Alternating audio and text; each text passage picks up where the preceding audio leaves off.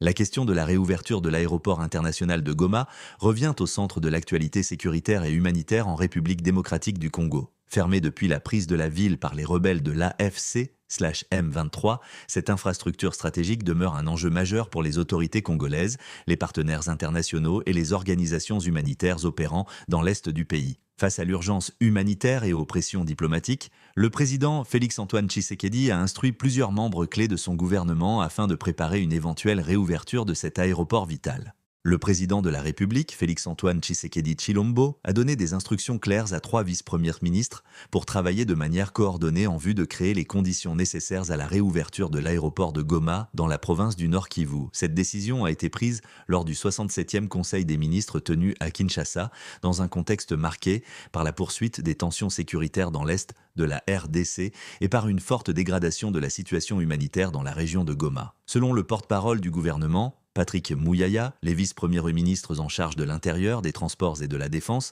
ont été officiellement instruits de travailler en synergie afin de garantir une réouverture sécurisée, progressive et principalement humanitaire de l'aéroport. L'objectif principal de cette coordination gouvernementale est de mettre en place des garanties solides en matière de sécurité, aussi bien pour les aéronefs que pour le personnel humanitaire et les populations civiles dépendantes de l'aide internationale. Les autorités congolaises entendent également intégrer les recommandations techniques et sécuritaires formulées par le Comité international de la Croix-Rouge, C1ICR, notamment en ce qui concerne la protection des infrastructures aéroportuaires et la libre circulation des acteurs humanitaires. La réouverture de l'aéroport de Goma est perçue comme une étape cruciale pour rétablir un couloir humanitaire fonctionnel dans l'est du pays où des centaines de milliers de personnes vivent encore dans une situation de grande précarité. Depuis la fermeture de l'aéroport, les flux humanitaires et économiques ont été fortement perturbés, rendant l'acheminement de l'aide plus complexe et plus coûteux pour les organisations internationales. Kinshasa souligne que toute réouverture devra se faire sous la coordination exclusive des institutions nationales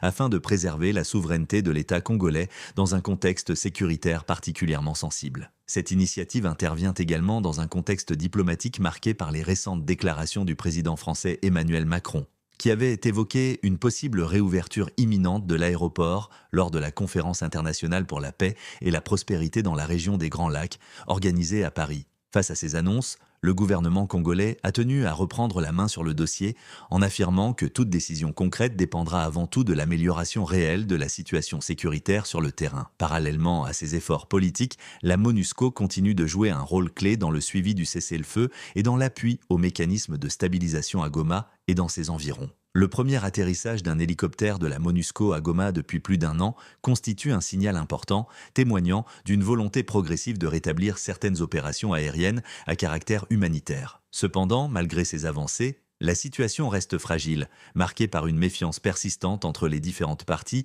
impliquées dans le conflit et par des violations sporadiques du cessez-le-feu. Les populations locales, quant à elles, expriment à la fois l'espoir d'un retour progressif à la normale et la crainte d'une reprise des hostilités pouvant compromettre toute initiative de réouverture durable. Sur le plan sécuritaire, les autorités congolaises insistent sur la nécessité de renforcer les dispositifs de contrôle autour de l'aéroport et de ses axes stratégiques, afin d'éviter toute menace contre les vols civils ou humanitaires. Le gouvernement prévoit également des évaluations régulières de l'état d'avancement des mesures prises, avec des rapports transmis par l'entremise de la Première ministre. Pour Kinshasa, la réouverture de l'aéroport de Goma ne doit pas être un simple geste symbolique, mais une opération maîtrisée, progressive et conforme aux normes internationales de sécurité aérienne. Dans ce contexte, la coopération avec les partenaires régionaux et internationaux demeure essentielle, notamment pour garantir un environnement sécuritaire minimal propice à la reprise des vols. Malgré les défis persistants, les autorités congolaises affirment rester déterminées à trouver une solution durable, dans l'intérêt des populations civiles durement affectées